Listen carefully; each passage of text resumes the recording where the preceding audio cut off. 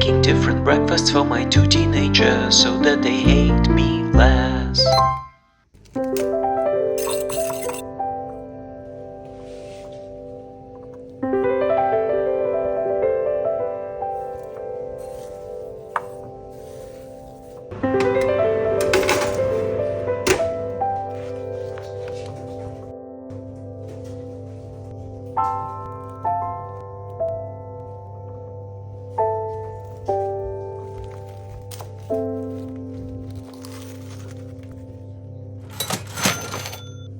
Hey, how's the breakfast? And guys, maybe after 50 completely different, sometimes very elaborate breakfasts, you hate me just a little less?